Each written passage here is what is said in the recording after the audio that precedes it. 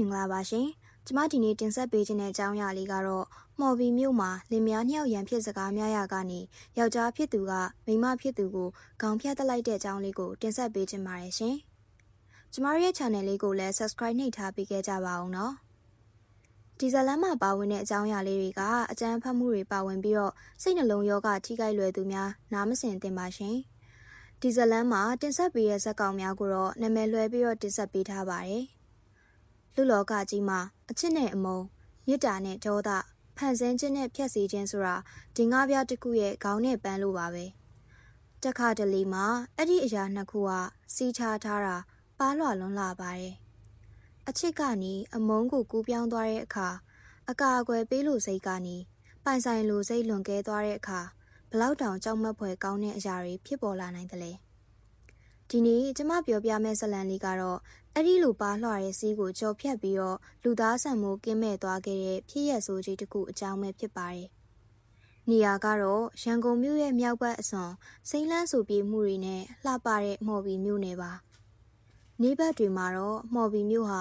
ဥယျာဉ်ချမ်းမြေတွေရော်ဘာတောတွေစီကားတဲ့ဈေးတန်းတွေနဲ့အေးချမ်းတဲ့မြို့လေးတစ်မြို့ပေါ့။ဒါပေမဲ့ညဘက်ရောက်လို့လူကြီးတိတ်သွားတဲ့အခါမျိုးလျှက်စစ်မီးအောင်မိန်ဖြော့ဖြော့သာရှိရဲ့လမ်းကြားလေးတွေထဲမှာတော့မော်ဘီမှာနောက်ထပ်မျက်နှာစာတစ်ခုရှိနေတတ်ပါတယ်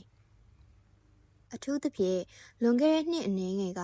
လူတွေကိုတုန်လှုပ်ခြောက်ခြားသွားစေခဲ့တဲ့အဲ့ဒီအိမ်ကြီးရှိရာလမ်းကြားလေးထဲမှာပေါ့။အဲ့ဒီအိမ်ကြီးထဲမှာနေထိုင်ခဲ့ကြတာကတော့တရက်ကွက်လုံးတစ်မြို့နယ်လုံးကလူမိုက်ကြီးလို့တူတူတိတ်တိတ်ခေါ်ဝေါ်ကြတဲ့ဦးလှမြင့်နဲ့သူ့ရဲ့ဇနီးတဲ့ဒေါ်ခင်တန်းနွဲတို့ပဲဖြစ်ပါတယ်။ဒီဇလန်ကိုမစခင်မှာမိတ်ဆွေတို့အနေနဲ့ဦးလှမြင့်ဆိုတာဘယ်လိုလူမျိုးလဲဆိုတာကိုအရင်ဆုံးမြင်အောင်ကြည့်ဖို့လိုပါလိမ့်မယ်။ဦးလှမြင့်ဒီနာမည်ကိုကြားလိုက်တာနဲ့မော်ဘီဈေးဝန်းကျင်ကဈေးသည်တွေ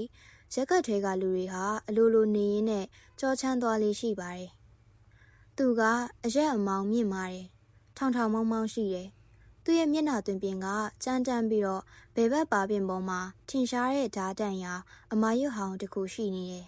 ။အဲ့ဒီအမာရွတ်ကသူ့ရဲ့အတိတ်ကစိုးသွမ်းခဲ့တဲ့ရာဇဝင်တွေကိုစကလုံးမပါပဲပြောပြနေတယ်လို့ပါပဲ။သူ့မျက်လုံးတွေကအမြဲတမ်းလိုနေရဲနေတတ်ပြီးတော့တစ်ဖက်လူကိုစိုက်ကြည့်လိုက်ပြီးဆိုရင်သားကောင်ကိုချောင်းမြောင်းနေတဲ့ကြားတစ်ကောင်လိုအငွေ့တက်မျိုးရတတ်ပါတယ်။သူလမ်းလျှောက်လာပြီးဆိုရင်လမ်းဘေးဝဲရာကလူတွေကအလိုလိုရှောင်ပေးကြတယ်။မလေးစားလို့တော့မဟုတ်ပါဘူး။ကြောက်လို့ပါ။သူကစကားပြောရင်အတန်ကျဲတယ်။ဒေါသကြီးတယ်။တခုခုအလိုမကြတာနဲ့လက်ပါချိပါသုံးဖို့ဝင်မလေးတတ်တဲ့လူစားမျိုး။သူ့ရဲ့ပတ်ဝန်းကျင်မှာသူ့ကိုရင်ဆိုင်ရဲတဲ့သူဆိုတာခက်ရှာရှာပါ။ငါ့ကိုဘယ်သူမှမထိနဲ့။ငါလှုပ်ချင်တာငါလှုပ်မယ်ဆိုရဲမာနမျိုးနဲ့ရှင်သန်နေတဲ့လူတစ်ယောက်ပေါ့။ဒါပေမဲ့အန်ဩစရာကောင်းတာတကူကအဲ့ဒီလိုမာနတွေဒေါသတွေကြမ်းတမ်းမှုတွေနဲ့ပြည့်နှက်နေတဲ့လူမိုက်ကြီးဦးလာမြင့်ရဲ့ဘေးနားမှာနူးညံ့သိမ်မွေ့လွန်းတဲ့အမျိုးသမီးတစ်ယောက်ရှိနေတတ်တာပါပဲ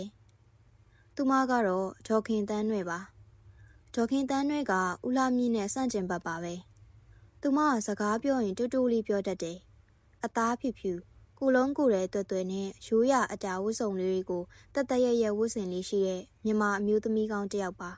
။သူမရဲ့မျက်နှာမှာအမြဲတမ်းလိုဆွေးရိတ်တန်းနေတတ်ပေမဲ့ဖျားတရားကြည်ညိုတယ်။သိခံနိုင်စွမ်းမြင့်မာတယ်။ပတ်ဝန်းကျင်ကလူတွေကဒေါ်ခင်တန်းရွက်ကိုမြင်ရင်တနာကြတယ်။ဒီလောက်ရိုင်းဆိုင်တဲ့လူယုံမာကြီးနဲ့ဒီလောက်ရိုင်းဆိုင်တဲ့လူမိုက်ကြီးနဲ့ဒီလောက်ယဉ်ကျေးရဲ့မိန်းမဘလို့များပေါင်းဖက်မိကြပါလေလို့ကြွယ်ရမှာမေးခွန်းထုတ်တတ်ကြတယ်။တကယ်တော့သူရဲ့အိမ်တော်ကြီးကအစပိုင်းမှာဒီလောက်ကြီးထိဆိုးရွားခဲ့တာတော့မဟုတ်ပါဘူး။ဦးလာမြင့်ကအပြင်မှာမိုက်တယ်ရမ်းတယ်ဆိုပေမဲ့သူ့မိန်းမအပေါ်တော့အစပိုင်းမှာဂီယူဆိုင်တတ်သူပါ။သူ့ရဲ့ကြမ်းတမ်းတဲ့ဘဝထဲမှာဒေါ်ခင်သန်းတွေဟာတခုတည်းသောငြိမ်းချမ်းရာအရေးအာဝါသလို့သူထင်မှတ်ခဲ့ဘူးပုံရပါတယ်။ဒါပေမဲ့လူမိုက်ဆိုတဲ့သဘာဝကအကြာကြီးဟန်ဆောင်ထားလို့မရခဲ့ပါဘူး။အချိန်တွေကြာလာတဲ့နဲ့အမျှဦးလှမြင့်ရဲ့ချစ်ချင်းဆိုတဲ့အရာကပုံစံပြောင်းလာတယ်။အဲ့ဒါကပုံမှန်မြတ်တာမျိုးမဟုတ်တော့ပဲပိုင်စိုးပိုင်နင်းဆက်ဆံလိုမှုဘက်ကိုရောက်ရှိလာခဲ့ပါတယ်။ဒေါ်ခင်တန်းတွေကိုသူတခြားဘသူနဲ့မှစကားမပြောစေချင်ဘူး။ဈေးသွားရင်တော့အချိန်အကြာကြီးပေးမသွားဘူး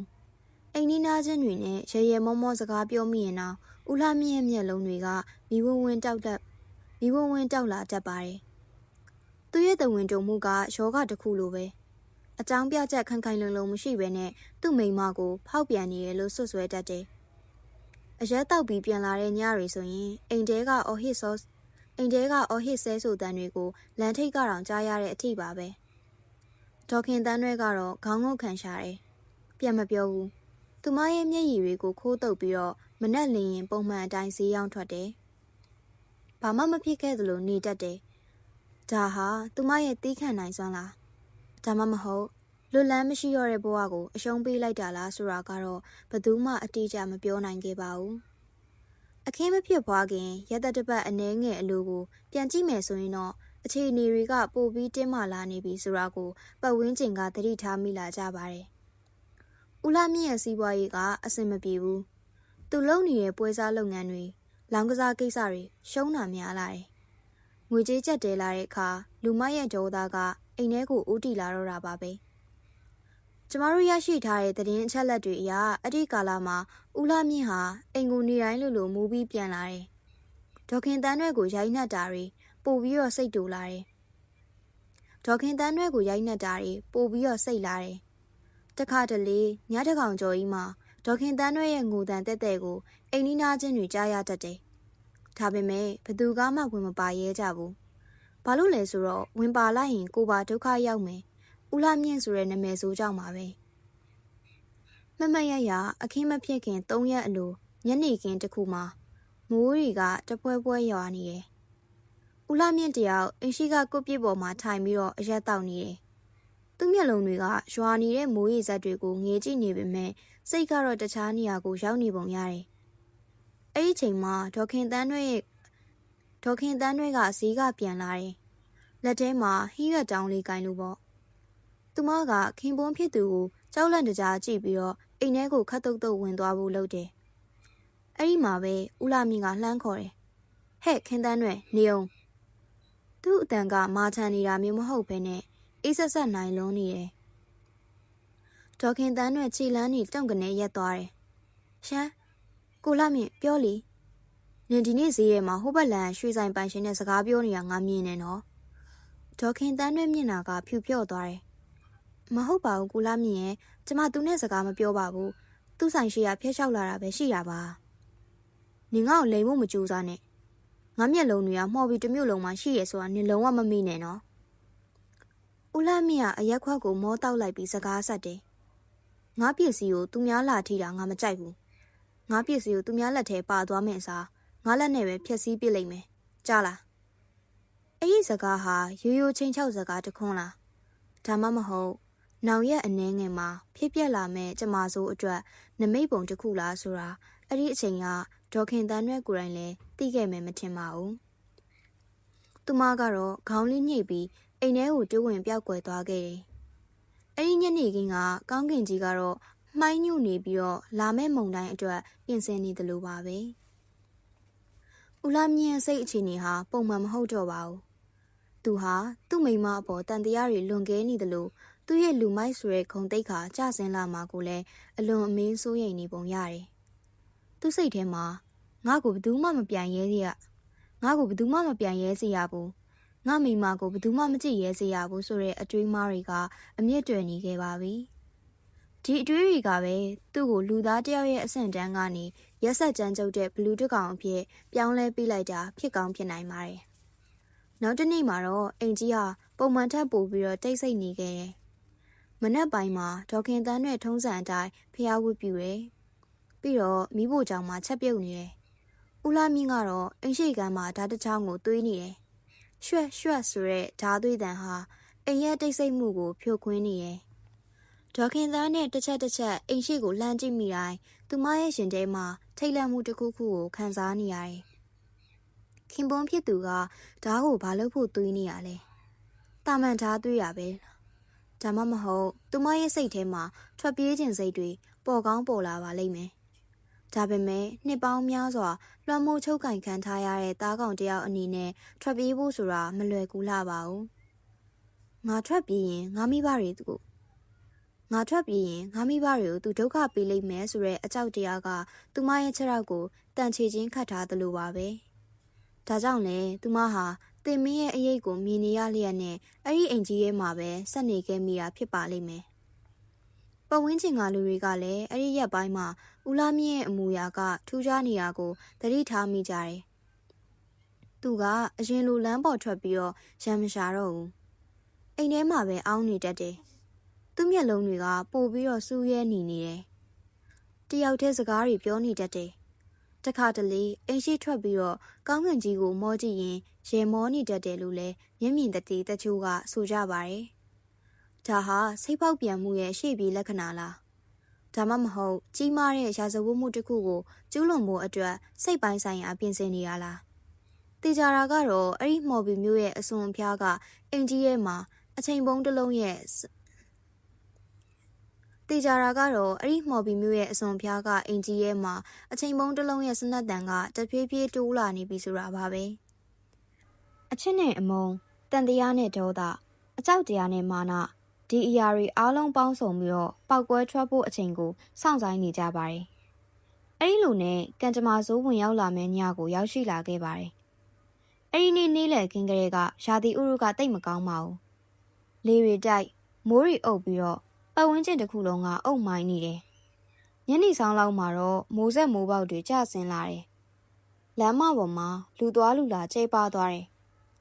ဦးလာမြင့်တို့အိမ်ကမီးအောင်မိန်လေးကိုအဝေးကနေလှမ်းမြင်နေရတယ်အဲ့ဒီမီးအောင်လေးဟာမကြခင်မှာငြိမ်သက်ခံရတော့မဲ့တက်ရှိဝိညာဉ်တစ်ခုရဲ့ကိုစားပြုမှုလို့ပြောရင်ပုံမှန်မလားမသိပါဘူးည9 နာရီလောက်မှာတော့မိုးကပို့ပြီးတော့တဲထန်လာတယ်။မိုးတန်လေတန်တွေကြားမှာအိမ်ကြီးရဲကအတန်တွေကိုပတ်ဝန်းကျင်ကတိတ်မကြရတော့ပါဘူး။ဒါပေမဲ့အိမ်ကြီးချင်းတယောက်ရဲ့ပြောပြချက်အရည10 နာရီဝန်းကျင်လောက်မှာအော်ဟစ်တန်လိုအရာဝတ္ထုတစ်ခုခုလဲကျသွားတန်လိုကြားလိုက်ရတယ်လို့ဆိုပါတယ်။အဲ့ဒီအတန်ဟာခဏလေးပါပဲ။ပြီးတော့ပြန်ငြိမ်သွားတယ်။မိုးတန်တွေကလည်းဆက်လက်ကြီးဆိုးသွားခဲ့ပါတယ်။အဲ့ဒီတိတ်ဆိတ်သွားတဲ့အချိန်မှာအိမ်ထဲမှာဘာတွေဖြစ်ပျက်ခဲ့သလဲ။ဦးလာမြင့်နဲ့ဒေါခင်တန်းရွဲတို့ကြားမှာနောက်ဆုံးဘာစကားတွေပြောခဲ့ကြတာလဲ။သူမရဲ့နောက်ဆုံးအကြီးကဘလို့ဖြစ်မလဲ။ဒါတွေကိုအဲ့ဒီအိမ်နေရန်တွေကလွှဲရင်ဘယ်သူမှအကြည့်ကြသိနိုင်မှာမဟုတ်ပါဘူး။ဒါပေမဲ့နောက်တနေ့မနက်အလင်းရောင်ထွက်တဲ့အခါမှာတော့မှော်ရီမြို့ကြီးတစ်ခုလုံးကိုတုံလို့ခြောက်ချားသွားပြီမဲ့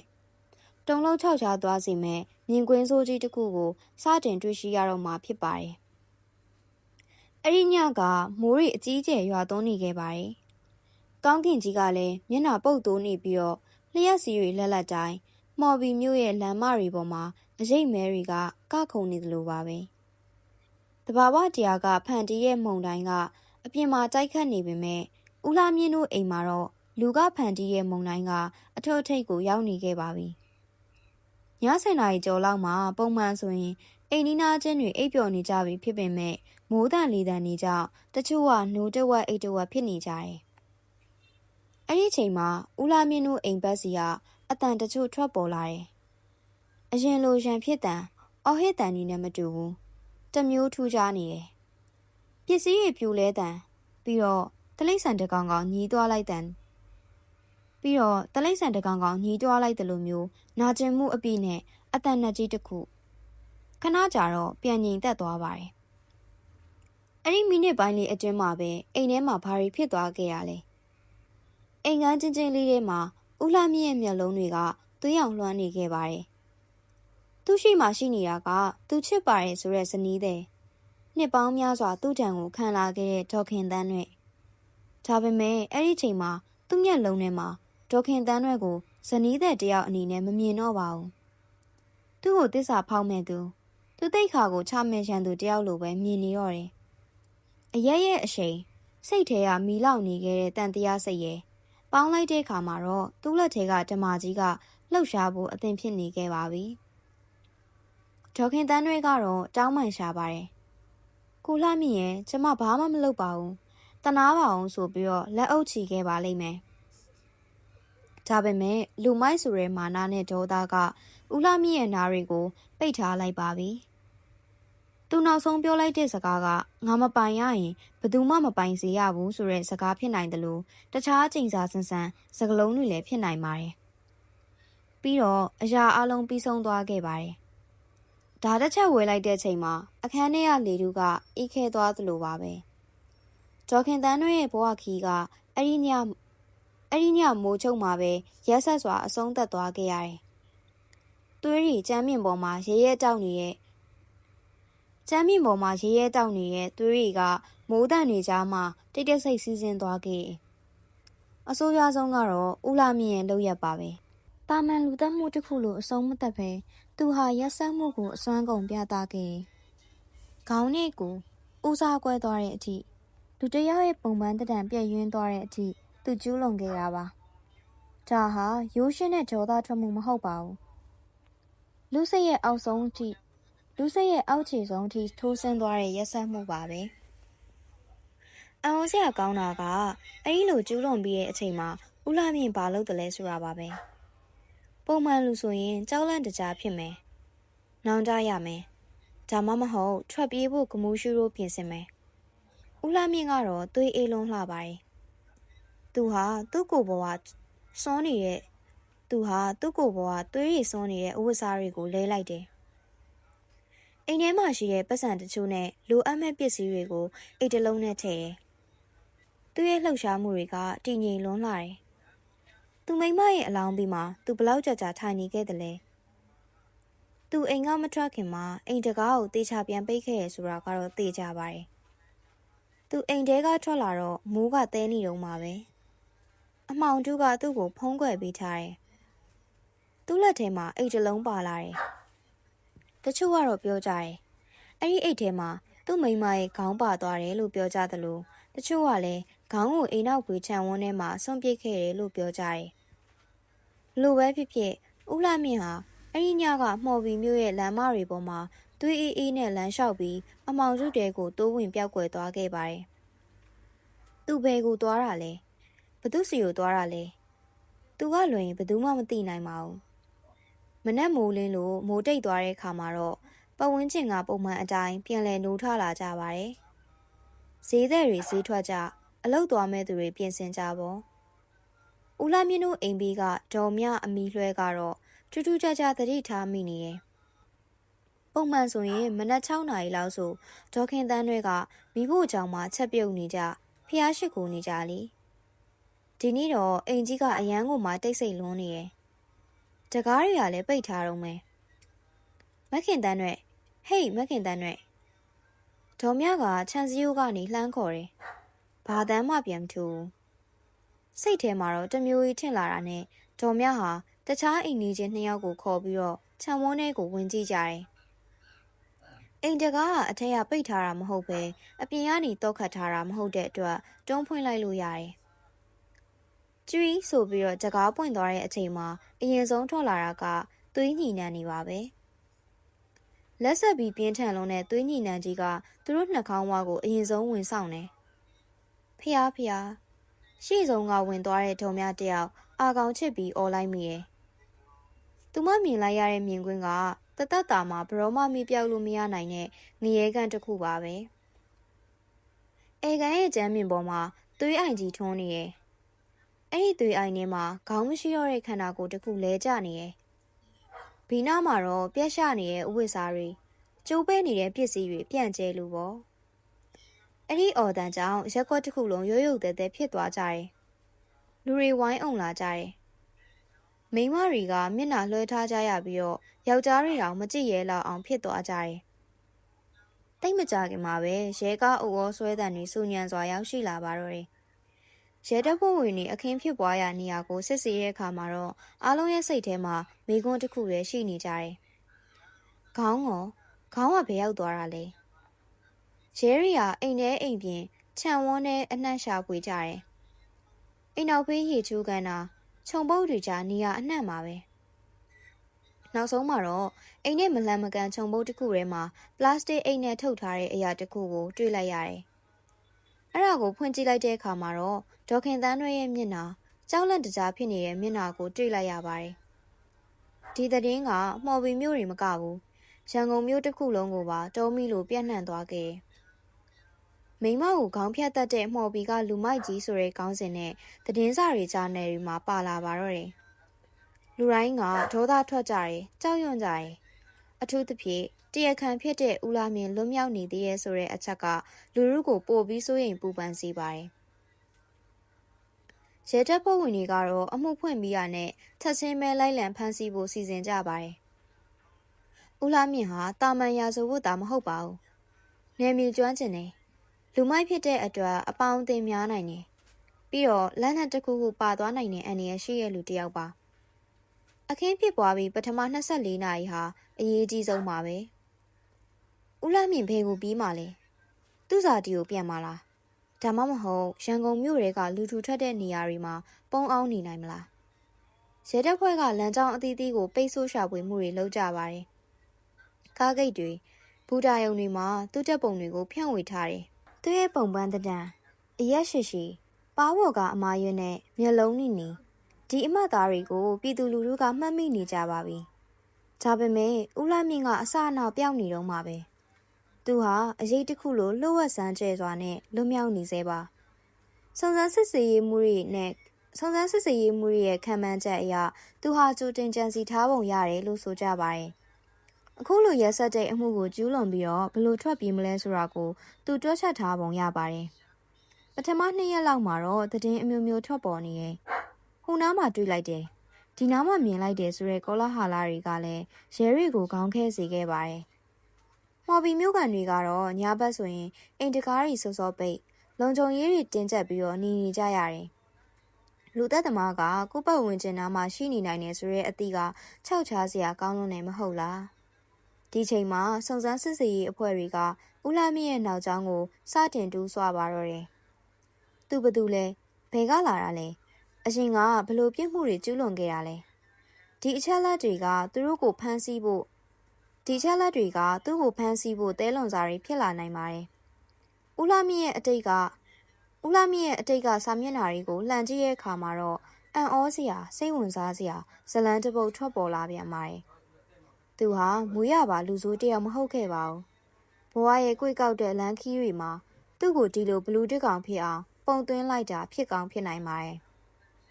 ရာဇဝတ်မှုတစ်ခုဖြစ်ပွားပြီးတဲ့နောက်မှာလူတွေဟာတရားခံကိုဖမ်းမိဖို့ပဲအာရုံစိုက်တတ်ကြပါတယ်။ဒါပေမဲ့တက်ခါတလေမှာဘာကြောင့်ဒီလိုဖြစ်ခဲ့ရတာလဲဆိုတဲ့မိကွန်းရဲ့အဖြေကတရားခံကိုဖမ်းမိဖို့ထက်ပိုပြီးအရေးကြီးသလိုပိုပြီးလည်းနှက်နေပါတယ်။ဦးလာမြင့်ကဘလို့လူမျိုးလဲ။ဘာတွေကသူ့ကိုဒီလောက်ထိရက်ဆက်ကြမ်းကြုတ်စေခဲ့တာလဲ။ရဲတပ်ဖွဲ့ဝင်တွေဟာဦးလာမြင့်ကိုလိုက်လံဖမ်းဆီးနေရင်ကနေတစ်ဖက်ကလည်းသူ့ရဲ့ဇာတိချက်ကြွေရအရက်တွေကိုစုံစမ်းစစ်ဆေးကြပါတယ်။ဦးလှမြင့်ကိုမှော်ဘီမျိုးကန်လူသိများကြပေမဲ့တကယ်တမ်းကျတော့သူဟာအောက်ပြည်အောက်ရွာကတက်လာတဲ့သူတစ်ယောက်ပါ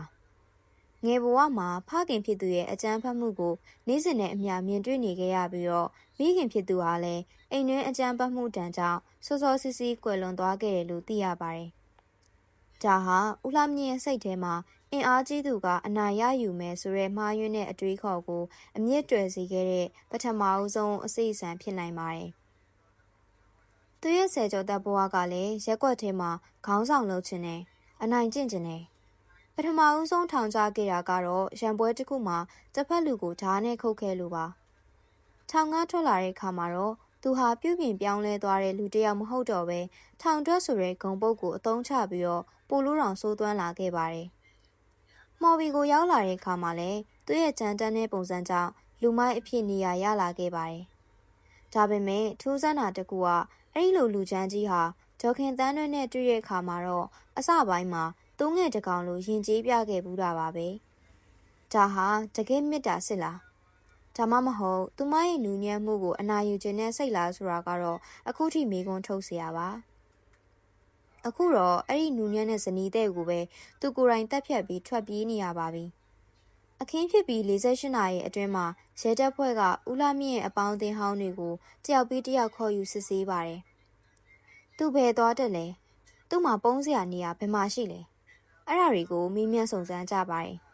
။သတင်းတစ်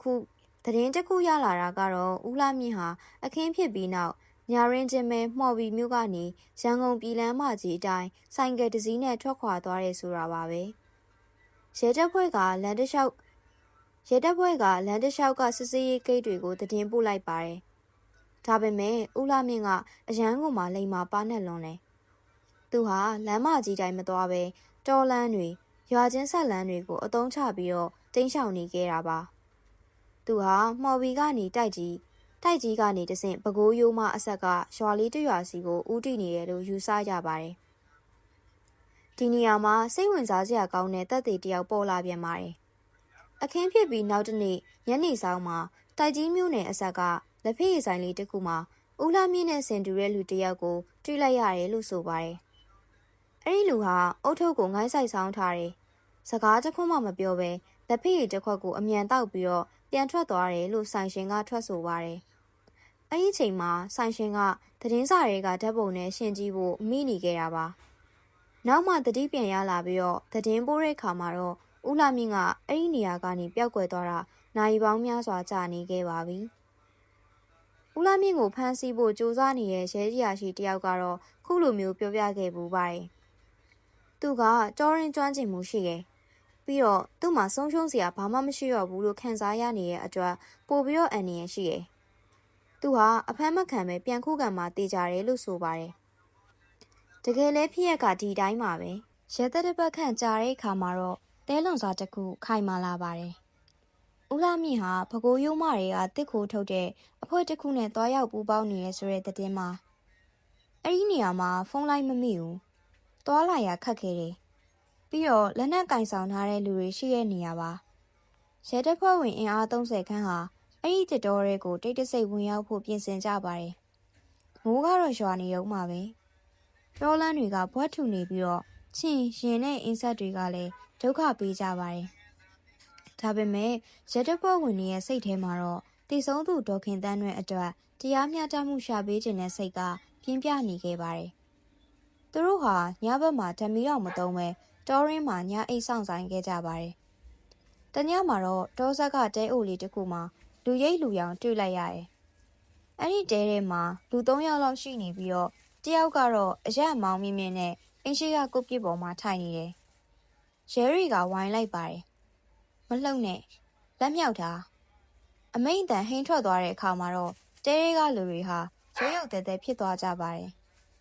ကုတ်ပြစ်ပေါ်မှာထိုင်နေတဲ့လူကတော့ချက်ချင်းပဲခါးကြားကဓားကိုဆွဲထုတ်ပြီးရဲတွေကိုပြန်ခုခံဖို့ကြိုးစားပါတယ်အဲ့ဒီလူရဲ့မျက်နှာကိုလျှက်စီးအောင်အောက်မှာတွေ့လိုက်ရတဲ့အခါဟုတ်ပါတယ်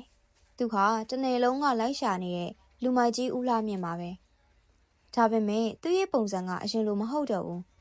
မြတ်တွင်းကြီးဟောက်ပတ်ဖြစ်နေတယ်မုန်းစိတ်မွေးတွေဘရဘွားနဲ့အဝတ်စားတွေကလည်းစုပ်ပြတ်နေပြီသူ့မျက်လုံးထဲမှာတော့အရင်ကလိုမာမာနာတွေထက်လူသက်ဓမ္မတယောက်ရဲ့အကြောက်တရားနဲ့ယူသွမှုတွေကပိုပြီးတော့အထင်သာပေါ်နေခဲ့ပါတယ်ရဲတပ်ဖွဲ့ဝင်တွေကတနက်နဲ့ချိန်ထားတဲ့ကြားကသူဟာဓားကိုဝှီရမ်းပြီးရှေ့ကိုတိုးလာပါသေးတယ်ငါ့ကိုဘယ်သူမှဖမ်းလို့မရဘူးငါ့ကိုပဲတတ်လိုက်ကြလို့သူကအော်ဟစ်နေခဲ့ပါတယ်နောက်ဆုံးမှာတော့ရဲတွေကသူ့ကိုအရှင်ဖမ်းဆီးနိုင်မှုအတွက်အင်အားသုံးပြီးလုံထွေးတပ်ဖို့ကလက်ထိတ်ခတ်နိုင်ခဲ့ပါတယ်သူ့ကိုဖမ်းဆီးလိုက်တဲ့အချိန်မှာဦးလှမြင့်ဟာထူးဆန်းစွာပဲငိုကြွေးနေတယ်လို့ဆိုကြပါတယ်အဲ့ဒီမျက်ရည်တွေကသူတက်ခဲ့တဲ့ဇနီးတဲ့အတွက်နောင်ကြမျက်ရည်တွေလားဒါမှမဟုတ်သူ့ရဲ့ဘဝညီကုန်းကိုတိသွားတဲ့အတွက်ကြောက်လန့်တဲ့မျက်ရည်တွေလားဆိုတာကတော့စဉ်းစားစရာပါပဲဦးလှမြင့်ကိုမှော်ပြီးရဲစခန်းကိုပြန်လဲခေါ်ဆောင်လာတဲ့အခါမှာတော့မြို့ကန်တွေဟာရဲစခန်းရှိမှယာနဲ့ချီပြီးတော့ဆောင်ဆိုင်နေကြပါတယ်လူသက်သမားကိုကိုယ်တိုင်မြင်ကျင်ကြတာရဲ့ဒေါသထွက်နေကြတာရဲ့ကြောင့်အခြေအနေတွေကတော်တော်လေးကိုမှတင်းမာနေခဲ့ပါတယ်လူသက်သမားကိုထုတ်ပြီးသူ့ကိုတပ်ပစ်ကြဆိုတဲ့အော်ဟစ်တန်တွေဟာမှော်ပြီးမြို့ရဲ့လေထုထဲမှာပြန့်လွင့်နေခဲ့ပါတယ်ဒါဟာရာဇဝတ်မှုတစ်ခုရဲ့အဆုံးသတ်မဟုတ်သေးပါဘူးတကယ့်စစ်ဆေးမင်းမြန်ကန်းတွေနဲ့တရားဝင်ကတိုက်ပွဲတွေကအခုမှစတင်အောင်ပါပါဦးလှမြင့်ကရဲစခန်းမှာဘာတွေထွက်ဆိုခဲ့သလဲသူဘာကြောင့်ဒီလောက်ထိရက်ဆက်ခဲ့တာလဲဆိုတာကိုသူကိုယ်တိုင်ဘယ်လိုဖြေရှင်းချက်ပေးမလဲလူသက်သမားတယောက်ကိုဖမ်းမိုံနဲ့အမှုတစ်ခုကမပြီးဆုံးသေးပါဘူး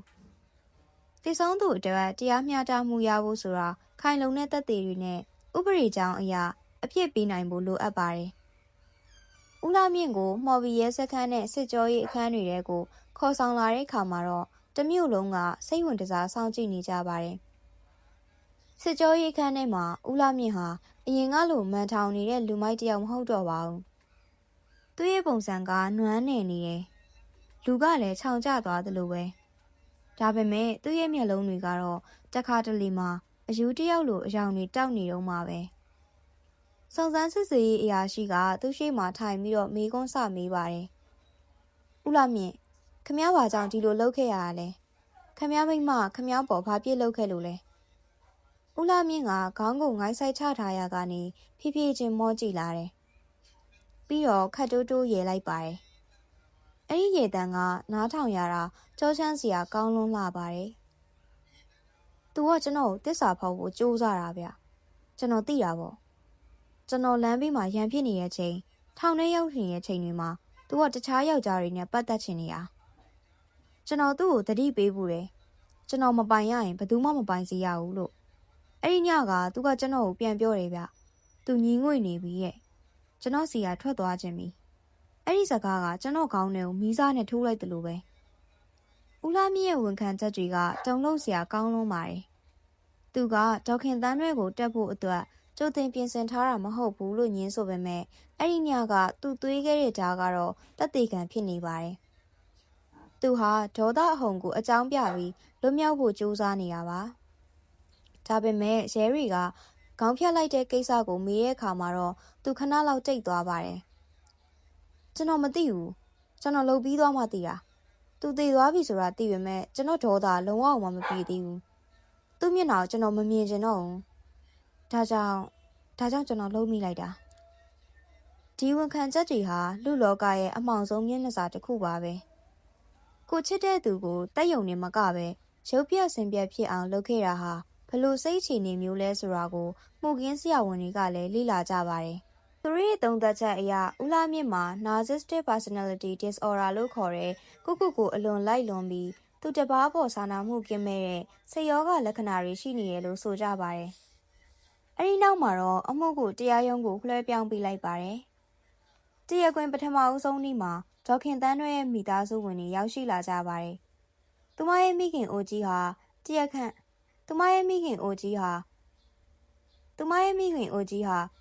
ထဲမှာရှိနေတဲ့ဦးလာမြင့်ကိုကြည့်ပြီးတော့ရှင်နဲ့အောင်ငိုကြွေးပါတော့တယ်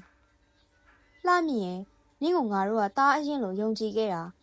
ငါသမီးလေးကနင်းတန်တွေကိုတီးခံခဲ့တာအားလုံးအသိပဲနင်ဘလို့တောင်ရက်ဆက်နိုင်ရလဲဟဲ့အဲ့ဒီချိန်မှာတရားရုံးတစ်ခုလုံးတိတ်ဆိတ်သွားခဲ့ပါတယ်ဦးလာမြင့်ကတော့ဘာမှပြန်မပြောနိုင်ပဲတရားခွင်ထဲမှာပဲခေါင်းငုံနေုံမှတပါအခြားမရှိခဲ့ပါဘူးဥပဒေအရသူ့ဘက်ကရှောက်လဲပြီးရဲ့ရှိနေကတော့ဒါဟာရုတ်တရက်ဒေါသကြောင့်ဖြစ်တဲ့လူသတ်မှုအဖြစ်ရှော့ပေါ့ပေးဖို့ကြိုးစားကြပါတယ်ဒါပေမဲ့အစိုးရရှိနေတွေကတော့အခင်းဖြစ်ပွားပုံရဲ့ရက်ဆက်ကြမ်းကြုတ်မှုခေါင်းဖြတ်ထားတဲ့အနေအထားနဲ့ဓားကိုကြိုတင်သွေးထားတဲ့အချက်တွေကိုထောက်ပြပြီးကြိုတင်ကြံစီထားတဲ့လူသတ်မှုအဖြစ်ပြင်းပြင်းထန်ထန်ရှောက်တင်ကြပါတယ်။တရားခွင်မှာသက်သေအဖြစ်လာရောက်ထွက်ဆိုတဲ့အိမ်နီးချင်းတွေရဲ့စကားတွေကလည်းရင်းနှီးစရာကောင်းလာပါတယ်။ဒေါခင်တန်းတွေဟာသူမတည်ဆုံးကနေအထိဘသူကမှဒုက္ခမပေးခဲ့ပဲငြိမ်သက်စွာနေထိုင်ခဲ့သူဖြစ်ကြောင်းဦးလာမြင့်ရဲ့နှိပ်စက်မှုတွေကိုတခါမှပြန်မပြောခဲ့ကြောင်းထွက်ဆိုကြပါတယ်။အမှုစစ်ဆေးမှုတွေကလနဲ့ချီပြီးကြာမြင့်ခဲ့ပါတယ်။တရားသူကြီးကစီရင်ချက်ချဖို့ပြင်ဆင်လိုက်ပါတယ်။ဒီအမှုဟာမှော်ဘီမျိုးရဲ့သမိုင်းမာတွေမကပဲမြမမှုကင်းသမိုင်းမှာပါအလွန်တရာရက်ဆက်တဲ့အိမ်တွင်းအကြမ်းဖက်မှုတစ်ခုအဖြစ်မှတ်တမ်းဝင်သွားခဲ့ပါတယ်။တရားခွင်နောက်ဆုံးနေ့မှာပတ်ဝန်းကျင်တစ်ခုလုံးကစီရင်ချက်ကိုနားဆွင့်နေကြပါတယ်။ဦးလာမြင့်ရဲ့မျက်နှာမှာတော့ဘာခံစားချက်မှမရှိတော့သလိုပါပဲ။သူဟာသူ့ရဲ့ကံကြမ္မာကိုလက်ခံဖို့ပြင်ဆင်ထားပုံရပါတယ်။တရားသူကြီးကစီရင်ချက်ကိုဖတ်ကြားတဲ့အခါမှာတော့တရားခံဦးလာမြင့်သည်မိမိ၏ဇနီးတဲ့အပေါ်ရက်ဆက်ကြမ်းကြုတ်စွာတပ်ဖြတ်ယုံနေမကပဲလူကုန်တိတ်ခါကိုညှိုးနွမ်းစေသည့်လုံရက်များကိုပါကျူးလွန်ခဲ့သည့်အတွက်ဥပဒေပုံမှ302 1ခါခွေအရာတရားသူကြီးကခေတ္တရပ်လိုက်ပါတယ်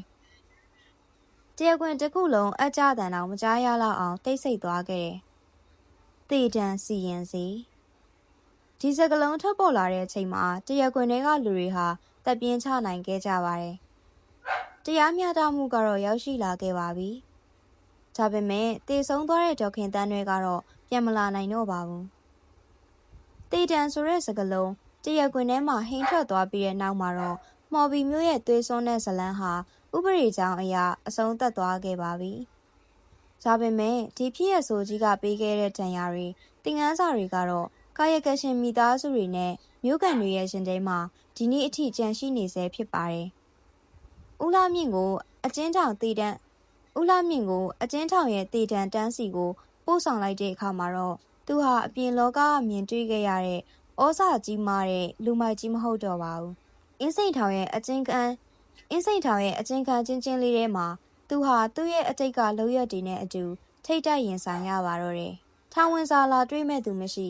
အားကိုးရမရှိတဲ့အခါမှာတော့လူမိုက်ကြီးရဲ့မာနာတွေဟာဖျောင်းနိုင်မီလိုမျိုးတဖြည်းဖြည်းအည်ပျော်ကျလာခဲ့ပါတယ်။ထောင်ဝင်နှန်းအချို့ရဲ့အဆိုအရဦးလာမြင့်ဟာနောက်ဆုံးနေ့ရက်တွေမှာစကားပြောတာအလွန်နှဲသွားပြီးညဘက်တွေမှာအိမ်မက်ဆိုတွေကြောင့်လန်နိုးတက်တယ်လို့ဆိုပါတယ်။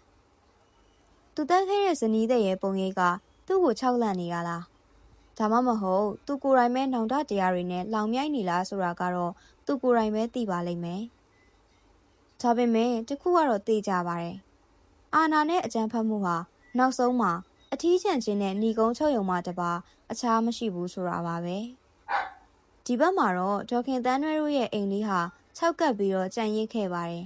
။ခြံဝန်းထဲမှာပေါင်းပင်တွေတက်နေပြီးတော့အိမ်ကြီးကတော့မျိုးကန်တွေရဲ့အမြင်မှာသွေးစွန်းတဲ့အိမ်အဖြစ်နှစ်ပေါင်းများစွာကြောက်လန့်စရာနေရာတစ်ခုဖြစ်နေခဲ့ပါတယ်။လူတွေကအဲ့ဒီလမ်း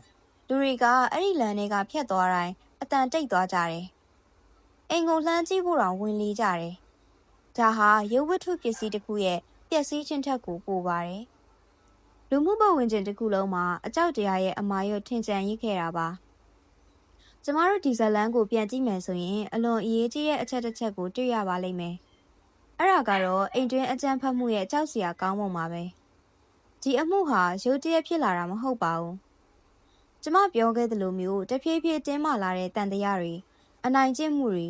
လက်ပါလာမှုတွေကိုအိမ်တွင်းရေးပဲလေဆိုပြီးတော့ပတ်ဝန်းကျင်ကလင်းလီရှုခဲ့ကြတာဟာလေဒီလိုဖြစ်ရဆိုးစီကိုတုံးပို့လိုက်သလိုဖြစ်ခဲ့ပါတယ်။ဒေါခင်တန်းတွေဟာသူမပထမအဆုံးအကြိမ်အရိုက်ခံရကလေးက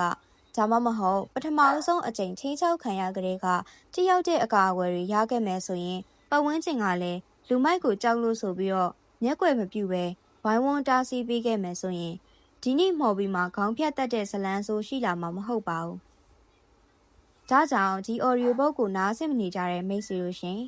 လူတယောက်ရဲ့အသက်ကိုတပ်ဖြတ်ခြင်းဟာကြီးမားတဲ့ရာဇဝတ်မှုဖြစ်တယ်လို့အဲ့ဒီလူသက်မှုဖြစ်လာအောင်ပြိုးထောင်ပြီးတဲ့အကြမ်းဖက်မှုတွေကိုနှုတ်ဆက်နေခြင်းဟာလည်းတနည်းအားဖြင့်တရံခတ်ကိုအားပေးအားမြောက်ပြုနေတယ်လို့ပါပဲ။ဒီဇလန်ဟာစိတ်ဝင်စားစရာမှုကင်းဇလန်တစ်ပုဒ်ဖြစ်တယ်လို့နောက်ထပ်ဒေါခင်တန်းရွဲတွေပေါ်မလာဖို့အတွက်ကျမတို့လူတွေပေါ်မလာဖို့အတွက်ကျမတို့လူအဖွဲ့အစည်းကိုပေးလိုက်တဲ့တတိပေးခေါင်းလောင်းတန်လည်းဖြစ်ပါတယ်။ဦးလာမြင့်ရဲ့ဇလန်ကတော့ဥပဒေရဲ့စီရင်ချက်အတိုင်းအဆုံးသတ်သွားခဲ့ပါပြီ။ဒါပေမဲ့သူ့ရဲ့လုပ်ရကြောင့်ပျက်စီးသွားတဲ့မိသားစုတွေစိတ်တန်ရာရသွားတဲ့လူထုရဲ့အနာတရားတွေကတော့အချိန်အတော်ကြာကုစားယူရအောင်ပါပါ။မော်ဘီမြို့လေးကတော့အခုဆိုရင်ပြန်လည်စီကားနေခဲ့ပါပြီ။ဈေးတန်းတွေမှာလည်းလူတွေပြည့်နှက်ပြီးရော်ဘာတောတွေကြားမှာလေအေးလေးတွေတိုက်ခတ်နေသေးပါ။ဒါပေမဲ့အဲ့ဒီညမိုးချုံမှာဖြစ်ပျက်ခဲ့တဲ့ဖြစ်ရဆိုကိုတော့တမိုင်းကဘယ်တော့မှမေးဖြောက်မှာမဟုတ်ပါဘူး။အမှောင်တူတွေမှာပျောက်ကွယ်သွားတဲ့ဝိညာဉ်တစ်ခုရဲ့တောင်းဆိုချက်ကတော့တစ်ခုပဲပါ။အကျန်းဖတ်မှုတွေကင်းစင်တဲ့လောကကြီးတစ်ခုဖြစ်ပါစီဆိုတာပါပဲ။ကျမတို့ရဲ့10နာရီကျမတို့ယခုတင်ဆက်လိုက်တဲ့မော်ဘီမျိုးမအမှောင်ရိပ်ဒါမှမဟုတ်မိမကိုခေါင်းဖြတ်တက်ခဲ့တဲ့လူမိုက်ကြီးဇလန်ကိုဒီနေရာမှာပဲအဆုံးသတ်ပြရစီရှင်။နားဆင်ပေးခဲ့ကြတဲ့မိတ်ဆွေအားလုံးကိုကျေးဇူးထူးပဲတင်ရှိပါတယ်ရှင်။လူသားအားလုံးအမုန်းတရားတွေကင်းစင်ပြီးတော့မေတ္တာတရားနဲ့အေးချမ်းသာယာစွာနေထိုင်နိုင်ကြပါစီရှင်။